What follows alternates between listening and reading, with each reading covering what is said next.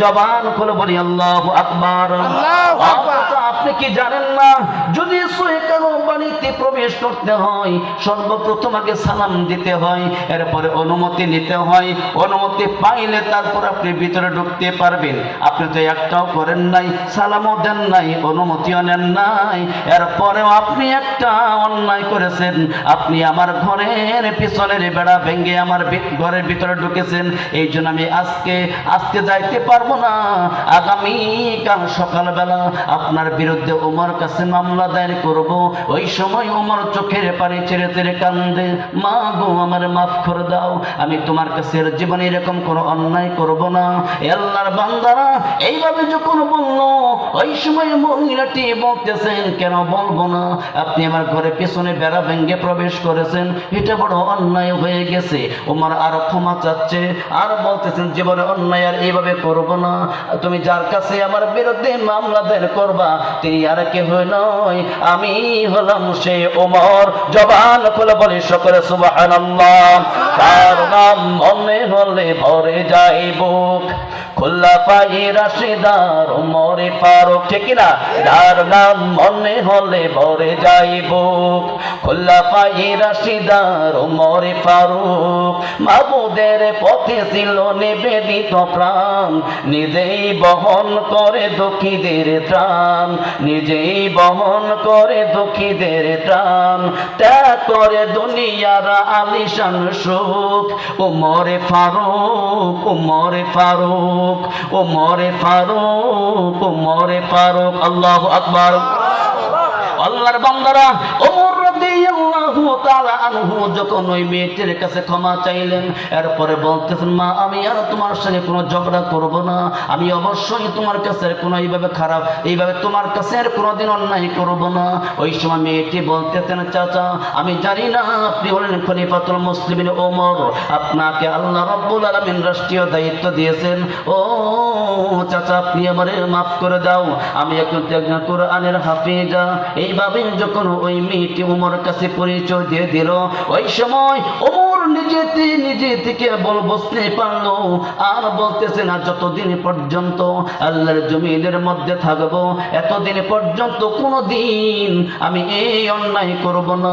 যদি কারো ভিতরে কারো বাহিরে কারো বাড়ির ভিতরের মধ্যে যদি আমার প্রবেশ করার ইচ্ছা থাকে, আমি তাহলে সর্বপ্রথম সালাম দেব, এরপরে অনুমতি নিব।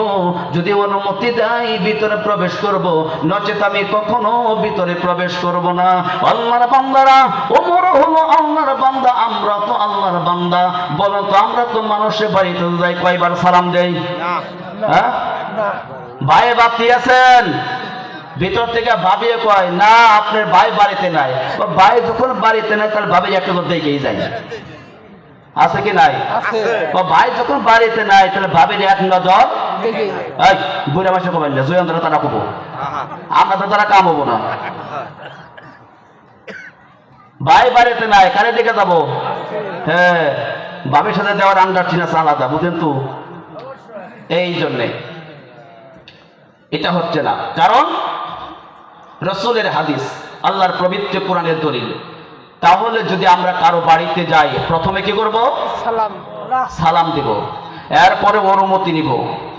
অনুমতি যদি চাই দেয় তাহলে ভিতরে প্রবেশ, আমাদের সেই ব্যবহার আছে? হ্যাঁ, একটুও নাই। এটি হলো একটা আদর্শ। ওয়াজ যতই শুনেন, যদি আমল না করেন, একটা রাসূলের হাদিস, আখলিস দিন লা তায়াকফিকাল আমালুল ওয়ালিল, তোমার দিলকে খাঁটি করো। এই দিনের ভিতরে তুমি যত আমল করবে, অল্প আমলই করো, সেই অল্প আমলই তোমার নাজাতের জন্য আল্লাহ ব্যবস্থা করে দিবেন। অত পাহাড় পরিমাণ আমল আপনার দরকার নাই। রাসূলের হাদিস সত্য, আপনার দিনকে খাঁটি করবেন। আপনার দিনের ভিতরে, ধর্মের ভিতরে বিভিন্ন কাফের বেঈমানেরা দেখেন কত আঘাত করতেছে। এদের দেখেন যুবকেরা যাইতেছে, ওদের ভালো লাগতেছে না। হ্যাঁ, ওদের চোখের সামনে সরিষার ফল বাঁচতেছে, ওদের থেকে লাভ নাই। যাই হোক, এই ওমর রাদিয়াল্লাহু তাআলা আনহু কিছুদিন আবার যখন দেখা গেল, তখন গভীর রাত্রে আরেকজন যুবতী মহিলা একেবারে পর্দানিশী অবস্থায়, তখন তার এরিয়ার দিয়া, তার সম্প্রদায়ের এদিক দিয়া উনি চলাফেরা করতেছেন। তখন হযরত ওমর বলতেছেন যে কিছুদিন আগে আমার এক জায়গায় বিপদে পড়ছিলাম, ভুল করছে কিন্তু ভুল নিজেকে সংশোধন করেছি, আর আজকে আমার যে মেয়ে যাইতেছে পর্দানিশী অবস্থায়, এরে আবার কি বলে, তাও রাত্রিবেলায়।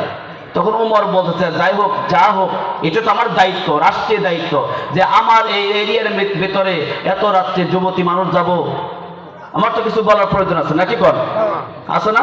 আপনার বাড়ির সামান্য যদি এরকম কোনো মহিলা যায়, এমন রাত্রে দেবো, নিরিবিলি রাত্রে দেবো, যদি আপনার চোখের সামনে পড়ে অবশ্যই কিন্তু মনে কিছু জান দিব যে কই যা তো রাত করে, হ্যাঁ আছে না? হয়তো এই এলাকার লোক বহিল বেগে যায় না, ওই অন্য অন্য এলাকায় যায়, এই জায়গাকে তুই আছে ওই যা অন্য এলাকায় যায়, দেখেন অনেকভাবে যায় আর কি। তো যাই হোক, ওমর রাদিয়াল্লাহু তাআলা আনহু এইভাবে যখন দেখলো তখন বল যাই হোক দেখি, বইলা দেখি কি অবস্থা, যদি আজকে কোনো আমার একটা ভুল হয়ে থাকে তাহলে এই ব্যক্তির কাছ থেকে আজকে ভুল সংশোধন করে নিব।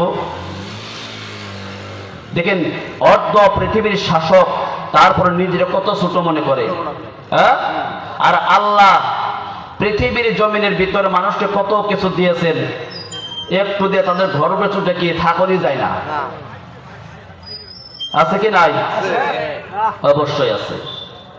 ওমর বলতেছে যে এত রাত্রে যাইতেছে, দেখি কি করা যায়। মা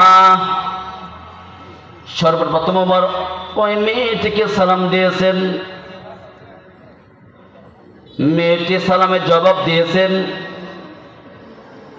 আল্লাহর বান্দারা, ওই মেয়েটি যখন আস্তে আস্তে হাঁটি হাঁটি পা পা করে যখন রাস্তা দিয়ে যায়, হযরতে ওমর বলতেছেন মা গো তুমি একটু দাঁড়াও, এত রাত্রিবেলা কোথায় রওনা হয়েছো?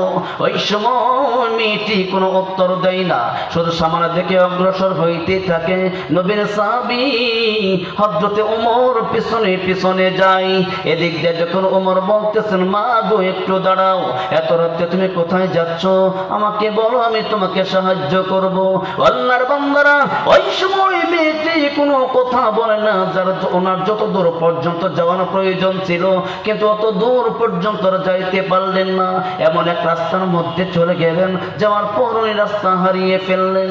ওই সময় মেয়েটি ওখানে দাঁড়াইয়া গেল। নবীর সাহাবী হযরত ওমর রাদিয়াল্লাহু তাআলা আনহু জোরে একটা ধমক দিয়ে বললেন মা গো আমি তোমাকে এতবার মা মা বলে ডাকতেছি, তুমি আমার ডাকে সাড়া দাও না। মা এখন তুমি কোথায় এত রাত্রি রওনা হয়েছো? এটা জানার জন্য তোমার এতবার আমি ডাক দিয়েছি, আমার ডাকে সাড়া দাও নাই। তোমার এত বড় সাহস, তুমি কিভাবে এই রাস্তা দিয়ে এত রাত্রে যাইতেছো? এই কথা যখন বললো, মেয়েটি তাও কোনো কথা বলতেছে না। ওই সময় ওমর বলতেছে তুমি কোথায় যাচ্ছ? ওই সময় মেয়েটি আত্মহারা হইয়া বলতেছে আমি তো রাস্তা খুঁজে পাচ্ছি না। ওই সময় মেয়েটি বলে ও চাচা, আমি নবীজির নাতি হযরতে হুসাইন রাদিয়াল্লাহু তাআলা আনহুর বাড়িতে যাব। এই কথা যখন বলল, ওই সময় ওই ওমর বলতেছেন ও মা এই কথাটা আগে বললেই তো হয়ে যাইতো, এত দূর পর্যন্ত আসতেও হতো না, আমি তোমাকে অবশ্যই ওমরের বাড়িটা দেখাইয়া দিতাম। আল্লাহর বান্দারা, এইভাবে যখন মেয়েটি কি বলল, ওই সময় মেয়েটি বলতেছেন আমি তো জানি না, আমি তো আপনাকে সঠিকভাবে চিনি না।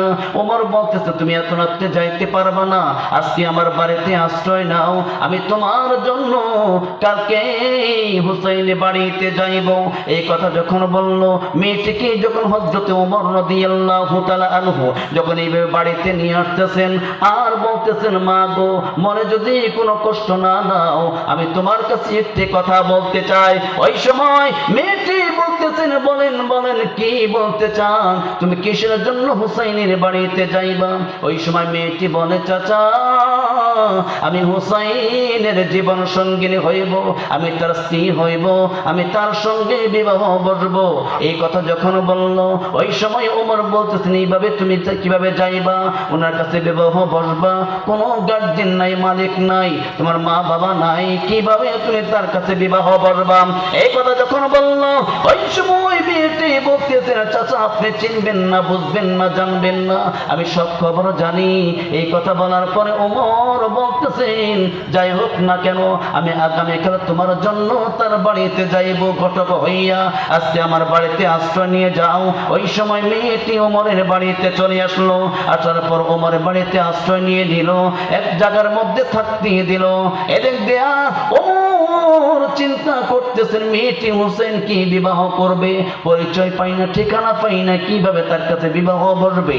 এরকম ভাবে যখন ওমর নিজে নিজে চিন্তা করতেছে, ওই সময় যখন সকাল হইয়া গেল, ওমর রাদিয়াল্লাহু তাআলা আনহু সুন্দর করে নামাজ যখন আদায় করে মেয়েটিও নামাজ আদায় করলেন। পর্দানিশী মহিলা আল্লাহর বান্দারা, ওমর মেয়েটিকে বলতেছেন মা গো, আমি আজকে তোমার গার্জিয়ান হইয়া, আমি তোমার বাবা হইয়া আমি ওই আমার বন্ধুর বাড়িতে যাইব। মেয়েটি পর্দার আড়াল থেকে বলতেছেন চাচা আপনি তার গার্জিয়ানের কাছে গিয়ে কি করবেন, ওনার বাবার কাছে যায় কি করবেন। ওই সময় ওমর বলতেছেন উনি হলো হুসাইনের বাবা, আমার বন্ধু হযরতে আলী রাদিয়াল্লাহু তাআলা আনহু। জবান খুলে বলি সকলে সুবহানাল্লাহ। লা ইলাহা ইল্লাল্লাহ, জোরে লা ইলাহা ইল্লাল্লাহ, লা ইলাহা ইল্লাল্লাহ, জোরে লা ইলাহা ইল্লাল্লাহ। আইরে জগত পাগল কাবার জন্যে, কাবা পাগল মাবুদের, মাবুদ পাগল নবীর জন্যে, নবী পাগল উম্মতের। জোরে লা ইলাহা ইল্লাল্লাহ, ও লা ইলাহা ইল্লাল্লাহ, লা ইলাহা ইল্লাল্লাহ মুহাম্মাদুর রাসূলুল্লাহ সাল্লাল্লাহু আলাইহি ওয়াসাল্লাম। আল্লাহর বান্দারা ওমর সকালবেলা হাঁটি হাঁটি পা পা করে যখন আলীর বাড়িতে গেল, যাইয়া সর্বপ্রথম সালাম দিল। আলী মুস্কি মুস্কি হাসি দেয়। ওমর বলতেছেন ব্যাপার কি ভাই হাসি দিতেছো, কারণ বুঝি না। আলী বলতেছেন এত বড় একজন মানুষ, এত বড় একজন মানুষ, এত বড় আল্লাহর প্রিয় বান্দা, নবীর প্রাণপ্রিয় সাহাবী আমার বাড়িতে এত সকালে চলে আসছে। আমি একজন গরিব মানুষ, আমার বাড়িতে চলে আসছে। আল্লাহর বান্দারা ওমর বলতেছেন আলী না না, আমি কোনোদিন তোমার সঙ্গে অহংকার করছি কিনা, আমি তোমার সাথে কোনোদিন খারাপ আচরণ করছি কিনা। আজকে আল্লাহ রাব্বুল আলামিন আমাকে এত বড় একটা দায়িত্ব দিয়েছে, আমি অর্ধ পৃথিবীর শাসক। ওমর রাদিয়াল্লাহু তাআলা আনহু আলী, আমি জীবনে কোনোদিন আমাকে এত বড় মনে করি নাই। ও আলী তুমি মনের মধ্যে কোনো কষ্ট নিও না, আমি কোনো গর্ব কারণে এই জায়গার মধ্যে আসি নাই। আলী তুমি আমার একজন জাতি ভাই, তুমি হলো নবীর সাহাবী, শুধু সাহাবী নয় তুমি মেয়ের জামাই হযরতে আলী রাদিয়াল্লাহু তাআলা আনহু।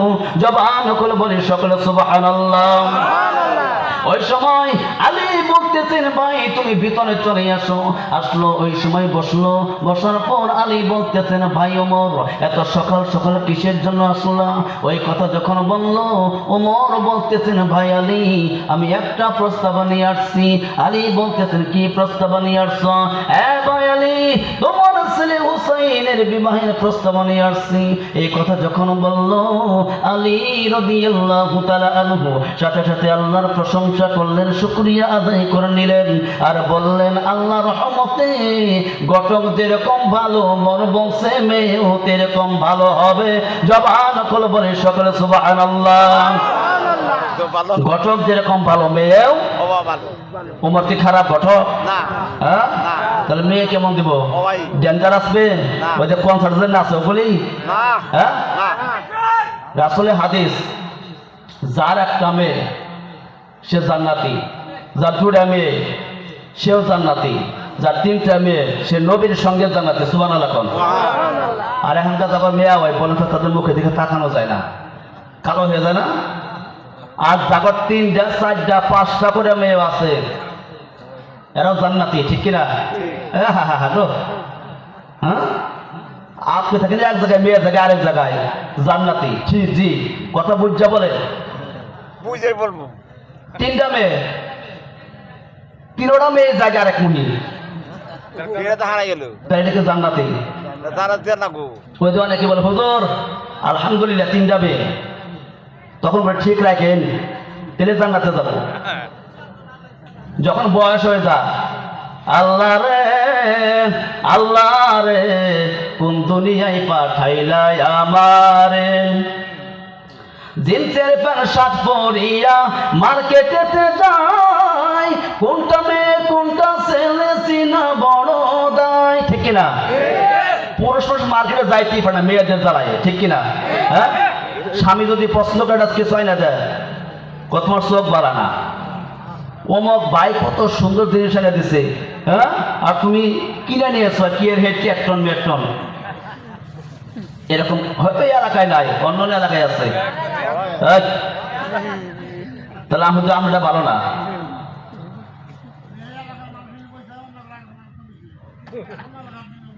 না না অন্য দেখে দেখে তো বলতেছি আপনার কথা এলাকা দূর দিয়ে আমি মার খাই দেখেন কি সুন্দর কথা কয় এলাকা দূর দিয়ে আমি মার খাই দেখছেন তাহলে কত মহব্বত করে আমার দেখেন না এরকম করা যাবে না তো যাই হোক উমর যখন গেলেন ওই যে আলী বলতেছে যে শুকরিয়া আদায় করার পর তখন বলতেছে যে ঘটক যেরকম ভালো মেয়েও ভালো ঘটক তো খারাপ না রাষ্ট্রীয় দায়িত্বে আছেন অর্ধ পৃথিবীর শাসক উনি আসছে আমার ছেলের বিবাহের প্রস্তাব নিয়ে যে আমার ছেলের সঙ্গে একটা মেয়ে বিয়ে দিবে আলী বলতেছে ভাই তোমার তো মেয়ে নাই কত মেয়ে নাই কিন্তু একটা মেয়ে পাইছে কিন্তু মেয়েটা নিজের মুখেই বলছে যে তোমার ছেলে হুসাইনকে বিবাহ করবে কেমন মেয়েটা সুন্দর পর্দা নিশি দিনদার খুব পরহেজগার তোমার তো মিথ্যা কথা কয় নাই তখন আলী বলতেছে যাই হোক আলহামদুলিল্লাহ তোমার কথা মেনে নিলাম এদিক দিয়ে বাবা যখন প্রস্তাবে রাজি হয়ে গেছে হুসাইন তো শুনে ফেলাইছে তখন উমর আয়েশা করতেছে হুসাইন কয় বাবা আপনার বন্ধুরা দাঁড়াইতে বলেন দাঁড়াইল উমর কয় কি জানি বলে কি সমাচার জানি না তো আলী বলতেছেন বাবা হুসাইন আমি তোমার বাবা উনি তোমার মুরব্বী আল্লাহর বান্দারা হুসাইন বলতেছেন বাবা গো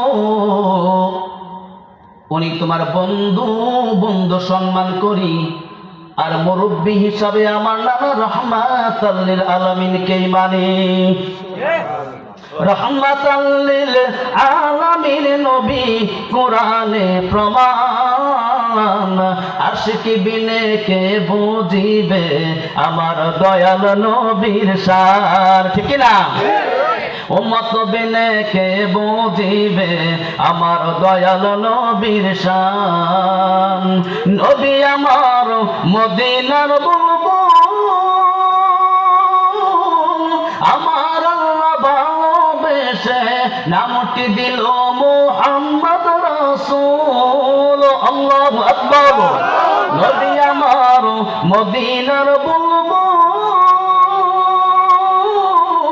আমার আল্লাহ প্রেম করিয়া নামটি দিল মুহাম্মদ রাসূল সেই নবীকে বুঝিলে সেই নবীকে বুঝিলে থাকবে না ঈমান আশিকে বিনে কে বুঝিবে আমার দয়াল নবীর শান জোরে কোন কথা ঠিক কিনা হ্যাঁ বাবা আমি তোমার বন্ধু ওমরকে বন্ধু হিসেবে সম্মান করতে পারি কিন্তু মুরব্বী হিসাবে আমার নানা রহমাতাল লিল আলামিনকে আমি মানি ওনাকে সম্মান করে ঠিক আছে এই কথা যখন বললো ওই সময় হুসাইন বলতেছেন বাবা গো তোমরা দুজনেই যে আলোচনা করলা আমি পুরাটাই শুনেছি কিন্তু বিবাহ যে করতে হবে এটা আমি বিশ্বাস করি কিন্তু আমার তো একটু মতের প্রয়োজন ছিল আমার কাছে একটু জানার প্রয়োজন ছিল বাবা বেদবি মাফ করে দাও আমি তোমার সন্তান তুমি আমার বাবা কিন্তু একবার তো আমার কাছে তুমি জিজ্ঞাসা করো নাই আমাকে বিবাহ করাইবা আমাকে না জানাইয়া তুমি তোমার বন্ধুর কাছে প্রস্তাবে রাজি হইয়া গেলা আল্লাহ তাআলা শুকরিয়া আদায় করলাম এই কথা যখন বলল আল্লাহ নবী সাহাবী ওমর বলতে বলতেছেন ভাই গো ক্ষমা করে দাও, তোমার ছেলে হয়তো নারাজ হয়ে গেছে, রাগান্বিত হইয়া গেছে, বিবাহ হবে না, বিবাহ ভেঙ্গে যাইবে। এই কথা যখন বলল ওই সময় আলী বলতেছেন তুমি কোনো চিন্তা করিও না, আমি আমার ছেলেকে যেমনি ভাবে হোক বিবাহের মধ্যে রাজি করাইব। এই কথা যখন বলল ওমর বলতেছেন না না, আমি এটা মানতে পারতেছি না, তোমার ছেলে কাউকে সম্মান করতে পারে না।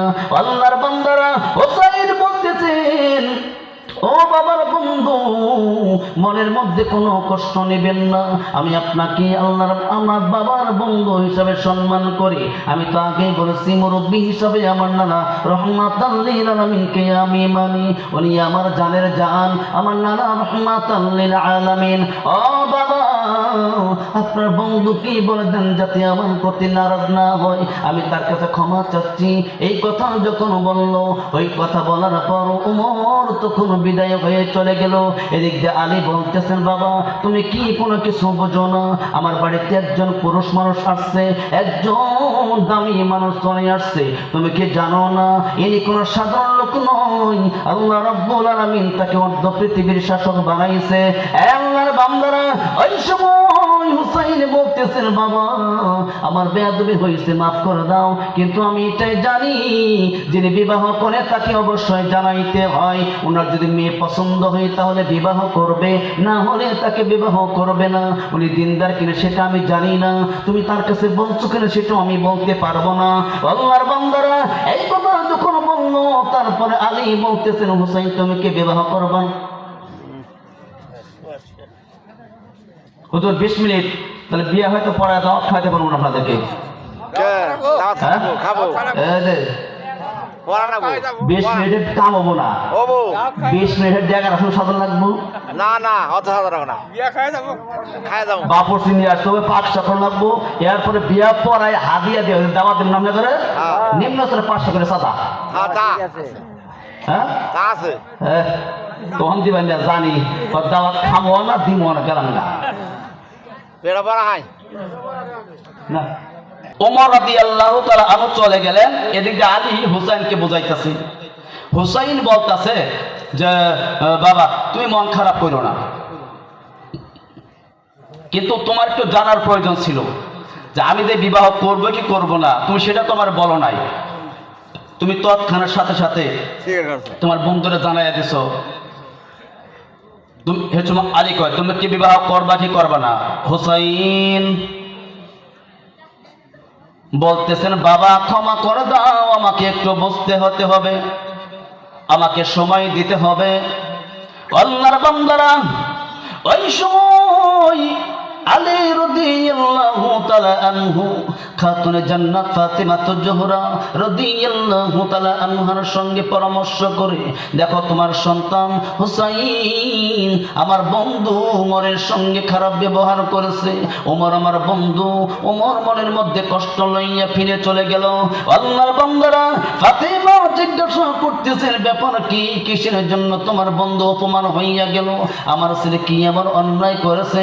এই কথা যখন বলল হযরতে আলী বলতেছেন ফাতিমা এ ফাতিমা রে তুমি শোনো, আমার বন্ধু ওমর রাদিয়াল্লাহু তাআলা আনহু উনি কিন্তু একটা বিবাহের প্রস্তাব নিয়ে আসছে তোমার ছেলে হুসাইনের জন্য।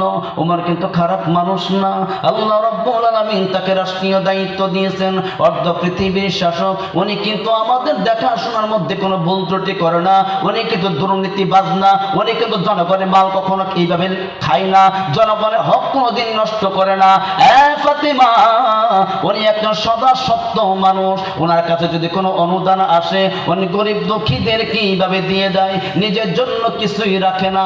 আল্লাহর বান্দারা যদি কেউ কোনোদিন বলে আমিরুল মুমিনিন এত অনুদান চলে আসছে আপনার জন্য কিছুই রাখলেন না, এটা তো আপনার নেওয়ার কিছু প্রয়োজন ছিল। ওই সময় ওমর বলে না না আল্লাহ রাব্বুল আলামিন আমার রিজিকের ব্যবস্থা করে দিবে। আল্লাহ পবিত্র কোরআনের মধ্যে জানিয়ে দিয়েছেন ইন্নাল্লাহা ইয়ারযুকু মাইয়াশাউ বিগাইরি হিসাব। জোরে কোন সকলে আল্লাহু আকবার।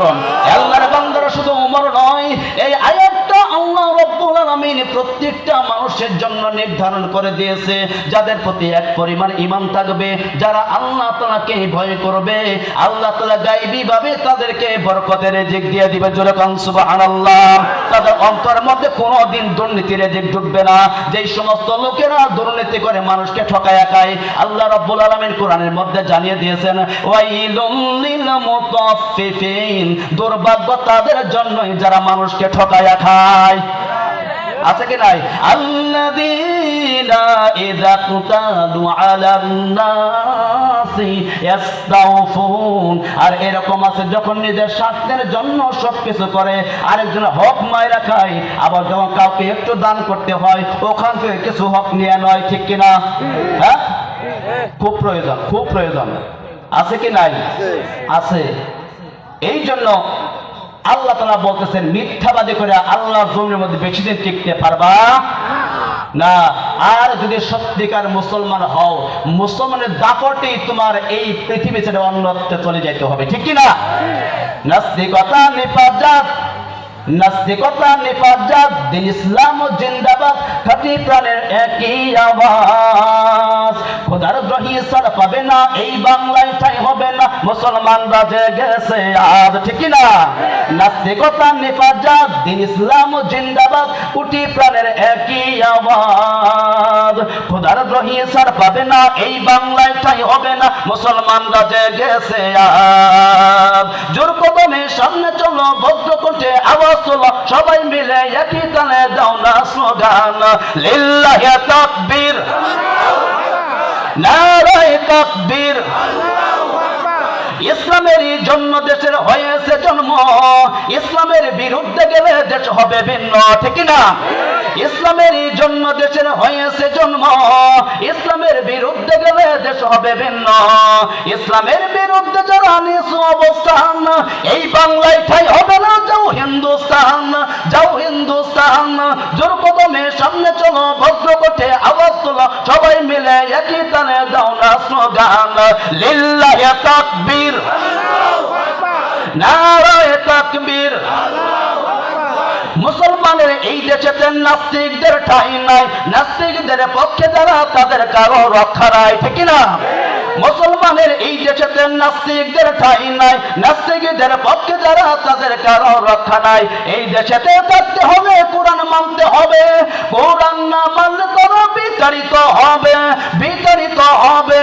জোর কদমে সামনে চলো, ভদ্র কণ্ঠে আওয়াজ তোলো, সবাই মিলে একই তালে দাও না স্লোগান, লিল্লাহি তাকবীর, নারায়ে তাকবীর। আলহামদুলিল্লাহ। আরো শক্তি দিতে হবে। যদি মুসলমানদের আওয়াজ সিংহের মতন, বাঘের মতন আরো বেশি আওয়াজ হয়, এই বাংলার জমিনে নাস্তিক মুরতাদ বেঈমান কখনো ইসলামকে আঘাত করতে পারবে না। অবশ্যই হুঁশিয়ার থাকতে হবে। যদি তো মরণ আসে, মরবেন, হায়াত দেওয়ার কে? মালিককে। মরণ দেওয়ার মালিককে। মরতে হবে যখন, শহীদি মরণ দিও আমাকে। ঠিক না? মরতেই হবে যখন, শহীদি মরণ দিও আমাকে। শাহাদাত জানি শুধুই জীবন, সে মরণ দিও আমাকে। মরতেই হবে যখন, শহীদি মরণ দিও আমাকে। ঠিক না? সেই মিছিলের নেতা আমির হামজা, ওবায়ে খাফাফ, আল্লাহর কাছে তারা অনেকই প্রিয়, শহীদি মরণ দিও। মরতেই হবে যখন, শহীদি মরণ দিও আমাকে। যখন আল্লাহু আকবার। আল্লাহর বান্দারা, আমি এখন মূল আলোচনার মধ্যে যাচ্ছি। নবীর সাহাবী হযরতে আলী রাদিয়াল্লাহু তাআলা আনহু যখন ওই সময় ফাতেমাকে বললেন, ফাতেমা, আমার একজন বন্ধু হযরতে ওমর, উনি কিন্তু অর্ধ পৃথিবীর শাসক। হযরতে ওমর রাদিয়াল্লাহু তাআলা আনহু, উনি কিন্তু দুর্নীতি করে না, কোনদিন জনগণের মাল কখনো এইভাবে নষ্ট করে নাই। ফাতেমা, আমার বন্ধু ওমর তোমার আমার ছেলে হযরতে হুসাইন রাদিয়াল্লাহু তাআলা আনহুর এই বিবাহের প্রস্তাব নিয়ে আসছে, কিন্তু হুসাইন বিবাহে রাজি হয় নাই। আমার বন্ধু ওমর মনের মধ্যে কষ্ট পাইছে।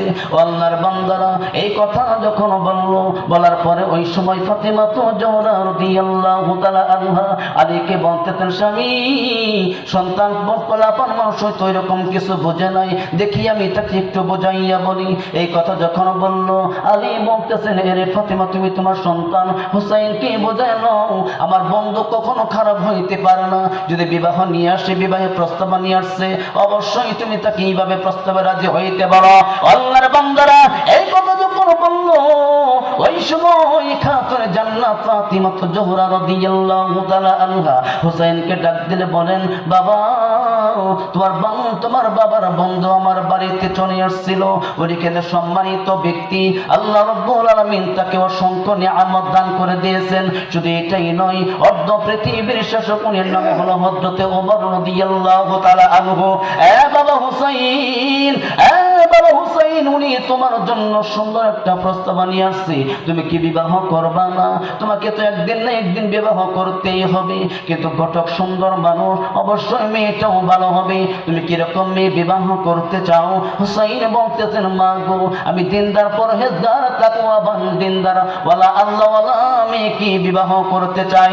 আল্লাহর বান্দারা, ওই সময় ফাতিমা তো জোহরা রাদিয়াল্লাহু তাআলা আনহা হুসাইনকে বললেন, তোমার বাবা হয়তো তার জিজ্ঞাসা করতে পারে নাই, তার আগে তুমি তার সঙ্গে মনক্ষুণ্ণ হয়ে গেছো, তুমি তার সঙ্গে এইভাবে মনের মধ্যে কষ্ট দিয়ে দিছো। উনি কি সম্পর্কে জানতে চাচ্ছিল। ওই সময় তোমার বাবা তাকে বলতো, মেয়েটা কেমন দিনদার হবে, শুধু বলছে ঘটক যেরকম সুন্দর ওই রকম মেয়েও হয়তো ভালো হইতে পারে। আল্লাহর বান্দারা, ওই মেয়েটি পর্দানিশী দিনদার। এই কথা যখন বলার পর হুসাইন রাদিয়াল্লাহু তাআলা আনহু বলতেছে, মা আমার ভুল হইয়া গেছে, আপনি মাফ করে দেন। আমার মনে বলছে বাবা হয়তো খারাপ করবে না। সন্তানের জন্য মা বাবা কোনোদিন খারাপ কিছু করতে চায় করে না। সন্তানের জন্য মা বাবা কখনো খারাপ কিছু করতে চায় না।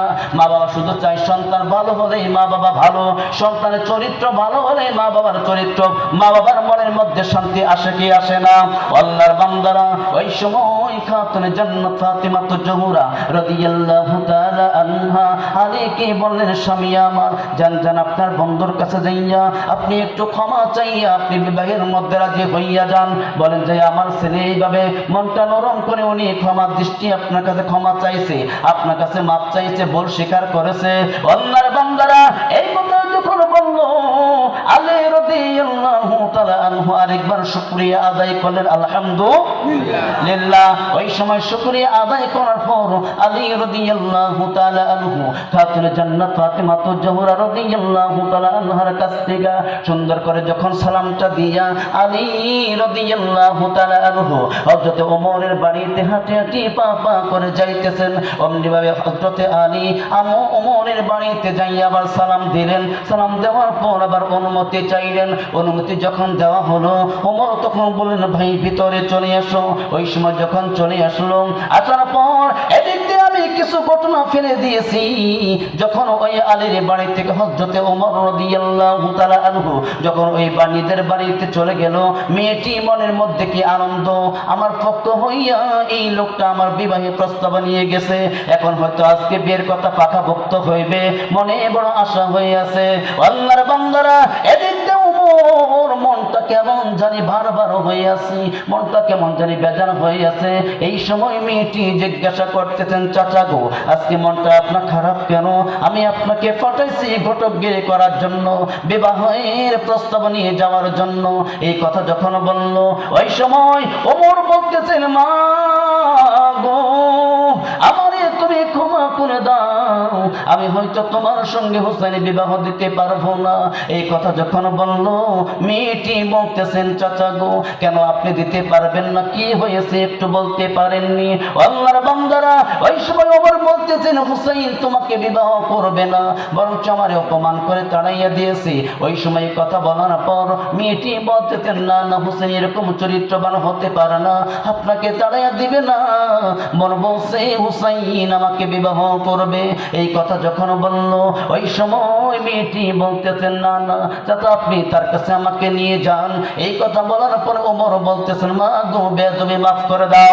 ও মা, আমি তোমার কাছে একটি কথা বলতে চাই, মনের মধ্যে কোনো কষ্ট নিবা না। এই কথা বলার পর মেয়েটি বলতেছেন, চাচা আপনি বলতে পারেন, কি বলবেন? এই কথা বলার পরে ওই সময় ওমর বলতেছেন, মা গো আমার একটা ছেলে আছে, নাম হলো আব্দুল্লাহ, আমি ওনাকে এই পর্যন্ত বিবাহ করাই নাই। তুমি যে সুন্দর দিনদার মানুষ, পরহেজগার তাকওয়াবান মানুষ, আমি ওমর তোমার পছন্দ হয়ে গেছে, আমি আমার ছেলের সঙ্গে তোমাকে বিবাহ দিতে চাই। এই কথা যখন বলল, আল্লাহর বান্দারা ওই সময় মেয়েটি বলতেছে, চাচা আপনি আমারে ক্ষমা করে দেন, মাফ করে দেন, আমি আপনার কাছে যদি কোনো অন্যায় করে থাকি মাফ করে দেন, আমি ছোট মানুষ, বেশি বড় কথা বলতে পারবো না। চাচা না না, আমি আপনার ছেলেকে বিবাহ করতে পারবো না। যদি জীবন সঙ্গিনী হতে হয়, যদি বিবাহ করতে হয়, আমি নবীর নাতি হুসাইনকে বিবাহ করব, না হতে আমি কাউকে বিবাহ করতে রাজি হব না। জবান খুলে বলি সকলে সুবহানাল্লাহ, লা ইলাহা ইল্লাল্লাহ, জোরে লা ইলাহা ইল্লাল্লাহ, জোরে লা ইলাহা, জোরে হাইরে রিকশা চলে না চালক ছাড়া, নৌকা চলে না মাঝে ছাড়া, রিকশা চলে না চালক ছাড়া, নৌকা চলে না মাঝে ছাড়া, দুনিয়া চলে না আল্লাহ ছাড়া, মুমিন চলে না জিকির ছাড়া। লা ইলাহা ইল্লাল্লাহ, জোরে লা ইলাহা ইল্লাল্লাহ, লা ইলাহা ইল্লাল্লাহ মুহাম্মাদুর রাসূলুল্লাহ। সকলে পড়ি সাল্লাল্লাহু আলাইহি ওয়াসাল্লাম। মেয়েটি ওমরের কাছে যখন ক্ষমা চাইলেন, চাচা আমি আপনার কাছে ক্ষমা চাচ্ছি, আপনি আমাকে মাফ করে দেন। ও চাচা মনের মধ্যে কোনো কষ্ট নেবেন না। তাই ওঠেন কেন?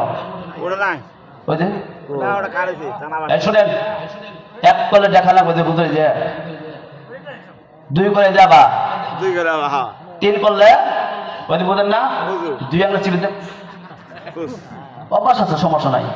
খাইয়ে মুখটারে ভালো করে পরিষ্কার করে আবার আসবেন, নিষেধ করি না। বিড়ি খাতে যাওয়া যাদের অভ্যাস আছে খাই আসেন, না যদি না করি দেখা যায় তখন আমার গালি দিব, মোল্লারা এই যে যাদের অত্যাচার করে বিড়িটা পর্যন্ত খাবার দেয় না। হ্যাঁ, আই যাই বিড়ি খাবার দেয় না, বিড়ি খান। 5 নম্বর গসা, বুঝলেন, এটাও খেয়ে আসেন, তারপরে এটা আসবেন। 1 নম্বর ওই যে ওয়াশরুমে যাবেন, 2 নম্বর কাম দিওটা সারবেন, 3 নম্বর আঙুল ছুঁয়ে ফালায় পোফা দিয়ে শেয়াছে করবেন, 5 নম্বর কি গসা দিয়ে থাইছে করবেন। কিন্তু দেরি করা যাবে না, এরপরে প্রধান মেহমান আসবে, খান। যে যাই হোক, ওমর রাদিয়াল্লাহু তাআলা কাছে যখন এই কথা বললো, মেয়েটি বলতেছে, আচ্ছা আপনি মাফ করে দেন, আমি আপনার ছেলের বউ হতে পারবো না, মাফ করে দেন। তখন এইভাবে যখন কথা বলতেছেন, এর সময় হযরতে আলী রাদিয়াল্লাহু তাআলা আনহু আবার ওমরের বাড়িতে আসছে, সালাম দিচ্ছে। ভাই পড়া 11টা বাজে, মাজুকা তারপরে প্রধান বক্তা নিয়ে আসেন, কাজ হবো না, অত আসলেন তখন আজকে। থাকি তারপরে আলী যখন সালাম দিল, ওমর সালামের জবাব দিল, বলতেছে, কি খবর ভাই ওমর? আমার ছেলে বেয়াদবি করছে, তুমি মন খারাপ করছো না, মাফ করে দাও, আমি ওনার পক্ষ হয়ে তোমার কাছে মাফ চাইছি। তখন ওমর রাদিয়াল্লাহু তাআলা নিদানটা কোলাকুলি করি, কোলাকুলি করে, না ভাই আমি তো মন খারাপ করিনি, কারণ এটা আসলে ভুল হয়েছে, তোমার ছেলের কাছে আমরা কেউ শুনি নাই। কথা সত্য, তাই না? ছেলে বিবাহ করতে হলে অবশ্যই তাহলে বলতে হবে না, যে না বলে যদি বিবাহ করেন। আবার ছেলেরা যদি প্রেম করে বিয়ে করে, ওটা মা বাপ না তাহলে যায় যাচ্ছে, ঠিক না? তাই দেখেন ঠিক বলে। বাঙালি মানুষ ছেলেরা না জানে প্রেম করে বাইকের নেওয়া জায়গা, বাপ মা জানে না, এটা যায় যাচ্ছে ঠিক।